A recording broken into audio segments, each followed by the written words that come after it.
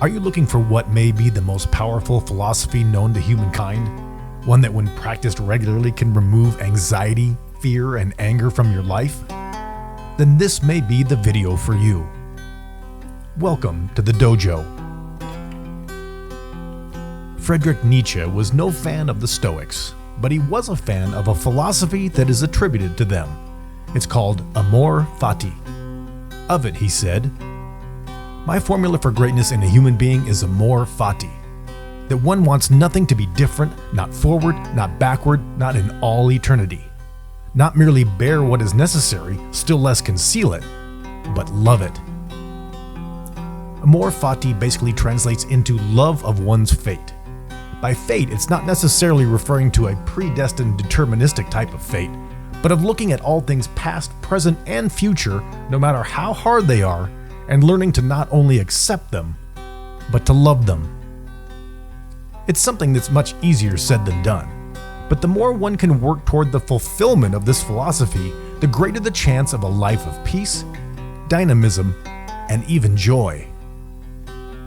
History is actually strewn with examples of people who have faced down enormous pain but found a way to make the best of their situation. Perhaps one of the most amazing is Viktor Frankl, who survived the horrors of concentration camps while most of his family did not.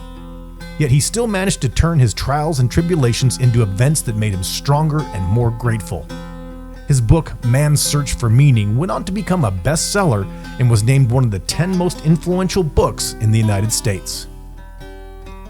Take also the Stoic philosopher Epictetus, who was actually born into slavery, but wrote some of the most powerful words about how much of what life gives us is outside of our control, so the best one can do is control the reaction we have to those events.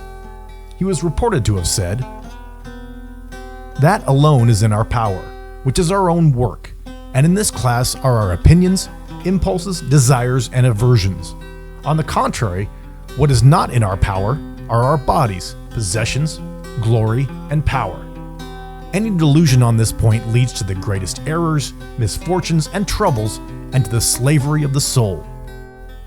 Epictetus believed that we can either want things to turn out how we want them to turn out, or better yet, want them to turn out how they actually turned out. Amor Fati is not an edict for laziness or not resisting what we perceive as bad fortune that is either coming or has come our way. It simply and practically offers us an opportunity to be more at peace in life and not incur undue stress over situations that may never arise. Amor Fati argues that most of what makes us feel anxiety, fear, and pain actually never come to pass, and this only does damage with no benefit. Even those that do come to pass in the overall grand scheme of life can be turned into situations that serve us instead of damage us. Even within my own life, I had a traumatic event that led me to nearly end my own life, yet in the end turned me into a much more grateful, patient, and empathetic person than I ever could have imagined. The impatient and anxious young man I was transformed into a fearless adventurer that sees no room for regret. If you look back at the bad things that have happened in your life, do you notice that many of them with time came with blessings? So if you're going to feel good about it later, why not give yourself the gift of feeling good about it now? Amor Fati doesn't necessarily ask you to view all things as good, but if nothing else, necessary. That there is something to be gained from things that injure us, and all that we perceive as good and bad are inextricably linked. So is Amor Fati the solution to all of your pain? Yes. Is it easier said than done?